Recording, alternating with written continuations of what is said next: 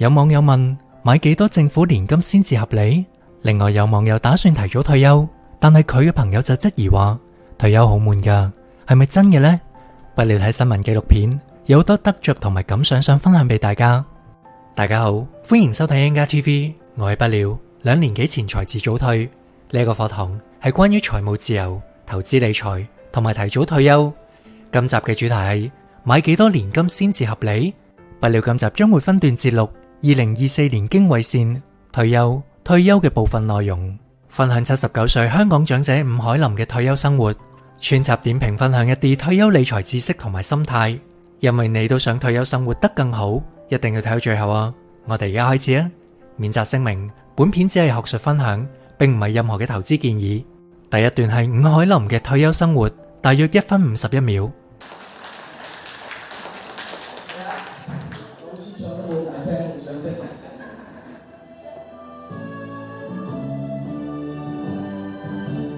問我歡呼聲有幾多？問我悲哭聲有幾多？我如何能夠？79歲嘅伍海林9年前退休，每日佢都會去唔同嘅長者中心參加活動。呢一日佢就參加歌唱技巧班。好6-7個中心興趣班、興趣小組，聽下啲講座，做下義工。有機會去外國旅行啊！我去過埃及啦、芬蘭啦、波羅的海啦、杜拜啦，東南亞最多新加坡啊、馬來西亞、曼谷啊、日本啊、台灣啊。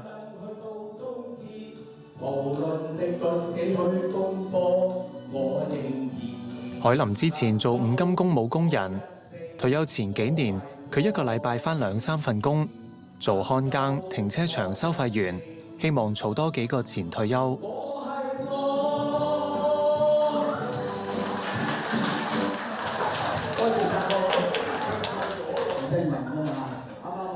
我不嬲咧有儲蓄習慣㗎啦，由做嘢嗰陣時一路儲錢。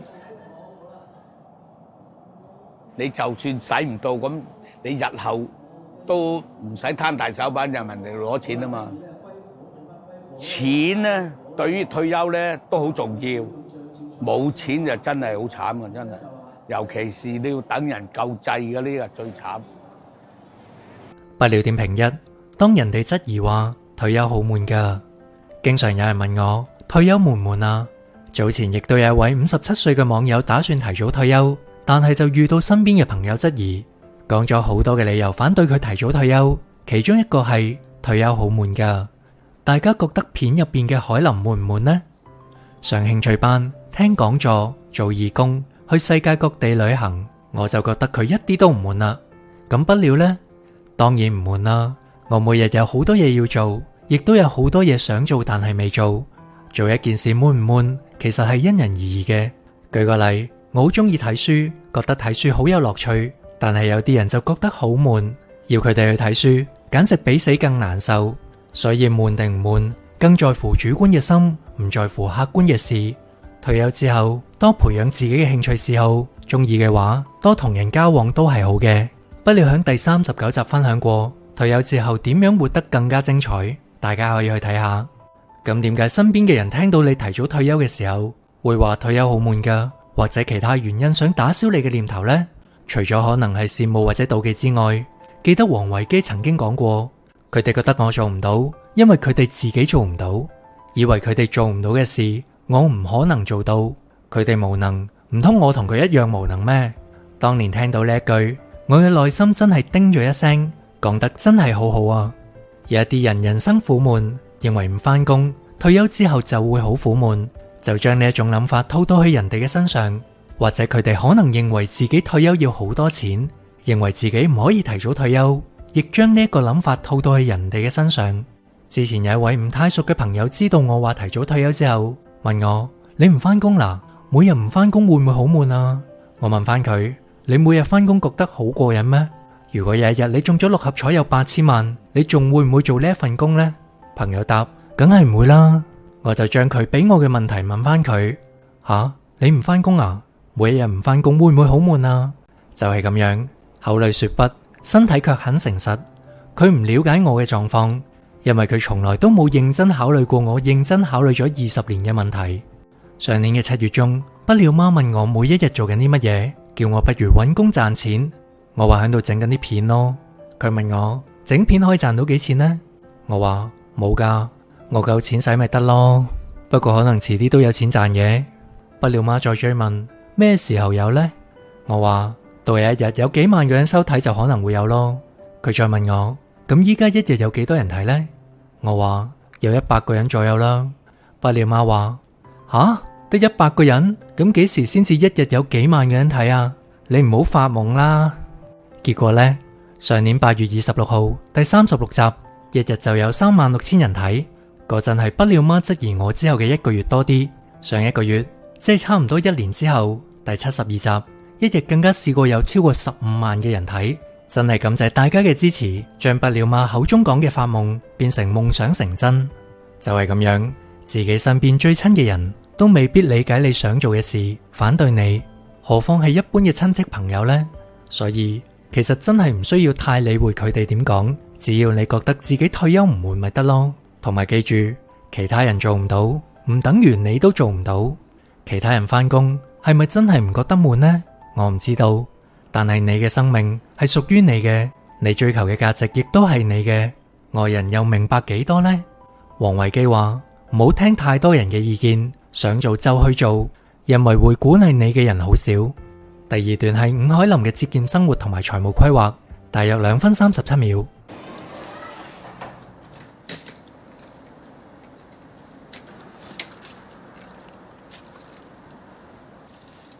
海林一個人獨居，住喺荃灣一棟舊樓嘅劏房，連埋水電煤，每個月大約要俾5200蚊租金。食方面，海林話自己唔揀擇，一個月大約使2000蚊。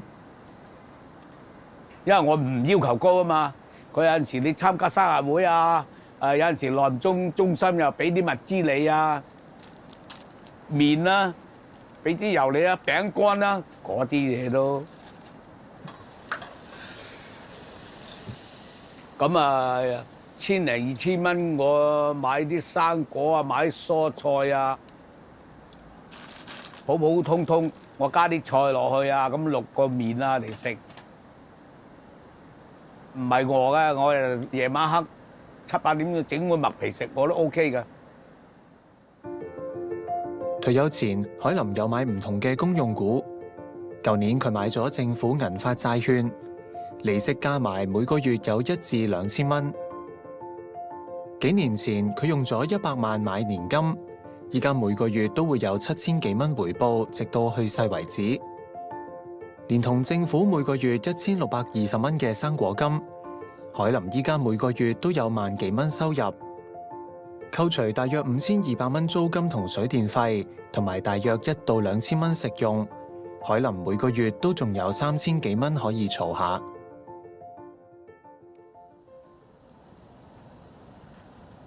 咁我都衡量過，亦都同人哋商量過，以我目前咁嘅身體，就買年金着數過買股票，因為股票呢，佢有話浮動，有機會佢唔派息，你唔派息呢，我又變咗冇收入。咁呢啲呢，就買咗擺咗落去呢，就攞唔返嘅。但係佢應承到你養到你死，都每個月都有生活費，我就所以決定都係買年金。我暫時都唔憂錢，如果最後真係急病用咗，同埋咧唔夠錢使咧，我就同政府攞綜援咯。不了點評2，計算生活開支同埋量入為出。不了要俾個 like 海林，有好多嘅地方都值得我哋向佢學習。海林節儉，而且有長遠嘅退休規劃，計算好退休嘅收入同埋生活開支。已經做到我喺第61集所講嘅量入為出，收支平衡，仲有錢剩，做到長用長有啦。大家唔好只係過到今日就算啦，一定要及早長遠規劃。例如發現自己長期入不敷支，或者睇到手上嘅錢只係使3年就會用完，一定要及早發現問題，及早改善同埋安排下一步點樣去處理。不料點評三，長者生活津貼有一樣可能可以改善海林嘅財務狀況嘅工具，就係長者生活津貼。按海林每個月1到2千蚊嘅銀色債券收入，因為銀色債券能夠配獲嘅數量有限，不料估計海林呢一部分嘅資產連同股票嘅資產低於長者生活津貼嘅資產限額40.1萬蚊，而年金亦都唔計算響長者生活津貼嘅資產限額入面，所以海林其實係可以申請長者生活津貼去取代高齡津貼，即係生果金。長者生活津貼每個月有4195蚊，比生果金嘅1620蚊每個月多出咗2575蚊。而如果海林嘅資產超出限額少少嘅話，例如總資產有50萬，其實可以將一小部分嘅錢買入年金，例如10萬蚊，令到自己可以拎到長者生活津貼。咁嘅情況之下買年金亦都係划算嘅。不料點評四，買幾多年金先至合理？有網友留言問不料，請問你認為有幾多資產先至最適合買政府年金，或者用幾多%嘅資產嚟買政府年金？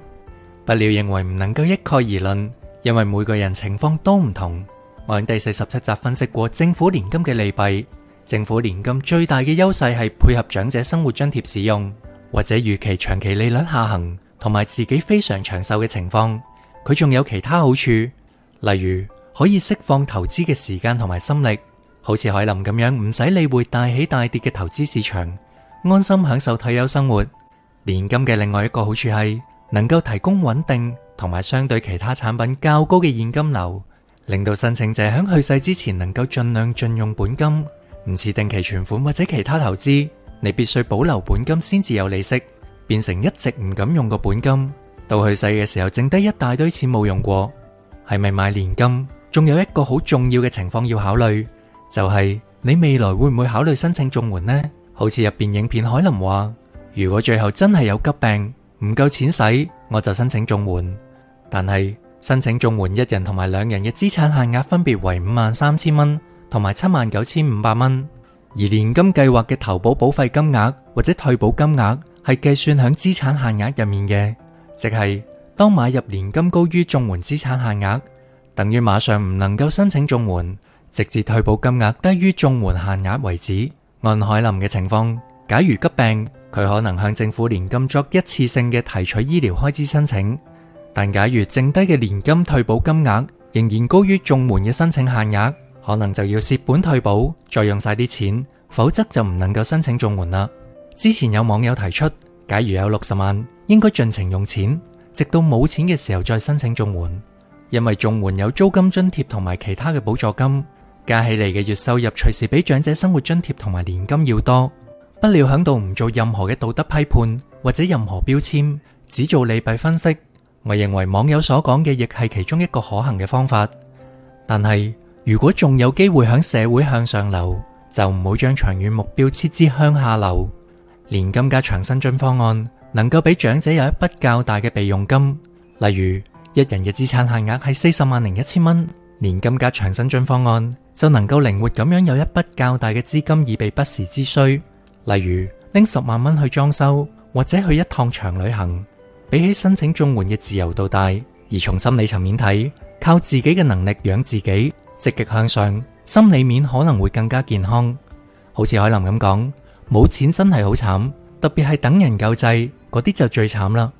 咁樣有冇咩人唔適合買政府年金呢？有兩種，錢唔多同埋錢非常多嘅人。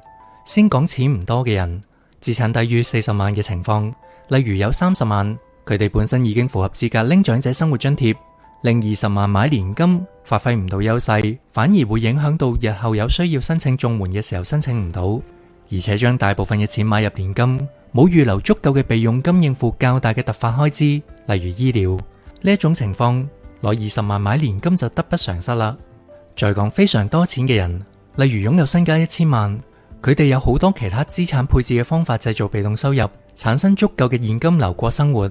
另外，即使買入500萬嘅年金，佢哋亦都攞唔到長生津，發揮唔到年金嘅最大優勢，所以呢一種情況嘅人就未必需要考慮購買年金啦。再舉一個中間情況嘅複雜例子，一對夫婦擁有200萬資產，而且有自住物業，而已經移咗民嘅仔女亦都有俾一定嘅家用，現金流足夠生活。咁樣其實佢哋有好多嘅選擇方案，佢哋可以用年金、長生津，再加物業逆按最大化每月嘅現金流。但係如果當事人想自己手上持有更多嘅備用金，想遇到意外嘅時候更安全靈活，或者考慮到有一日移居外地與子女同聚嘅話，咁就唔好買入年金，放棄拎長生津，用定期存款或者債券就更適合佢哋啦。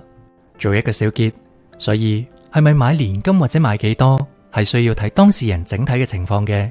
其他例如物業逆按亦都係咁樣，有啲人有物業，有啲人冇物業要租私樓，有啲人有仔女俾家用，但係同時亦都會將物業留俾仔女。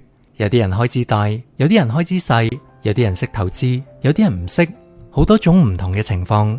當然，最好仲係自己學識點樣去理財，睇完不了所有嘅影片，明白點樣分析同埋計算，從而揾出最合適自己嘅方案就最好啦。我哋進入第3段，係伍海林對退休醫療保險嘅睇法，大約1分54秒。過唔到。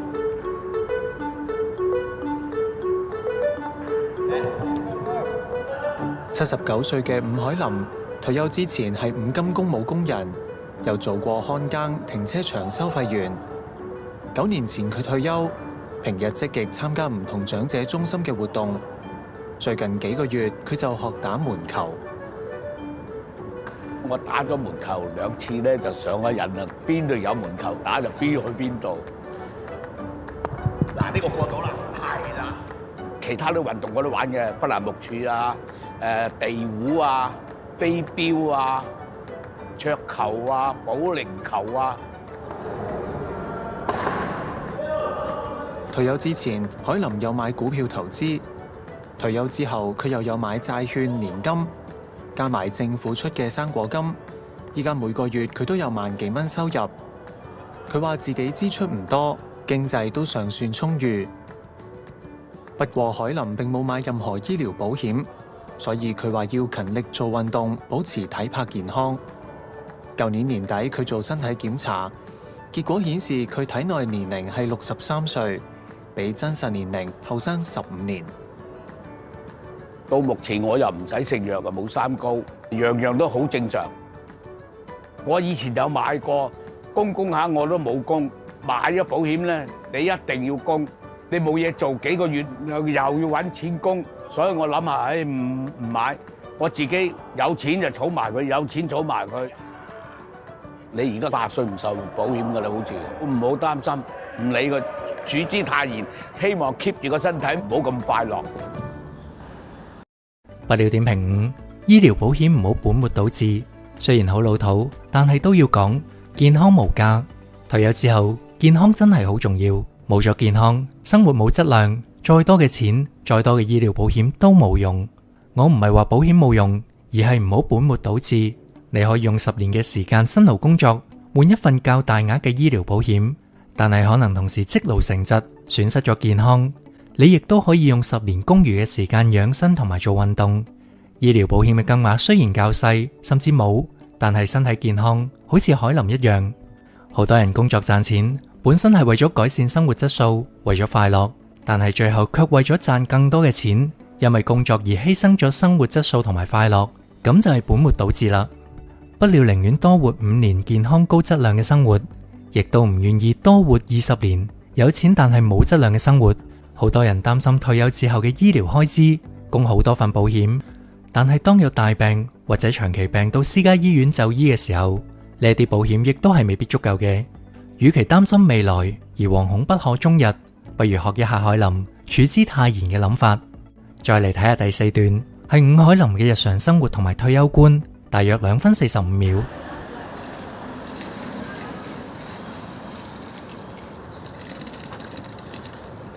海林每日都會去區內唔同嘅長者中心，好似呢一日佢打完門球，由大窩口行去葵涌村，沿途就去咗5間長者中心。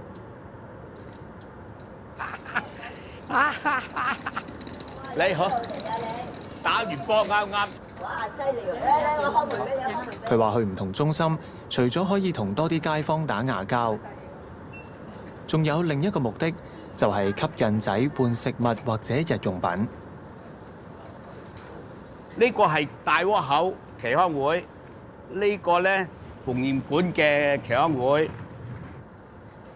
如果儲儲埋埋有40個咧，又換包麥皮啊，或者80個啊換包米啊，102個我試過換過一樽沐浴露。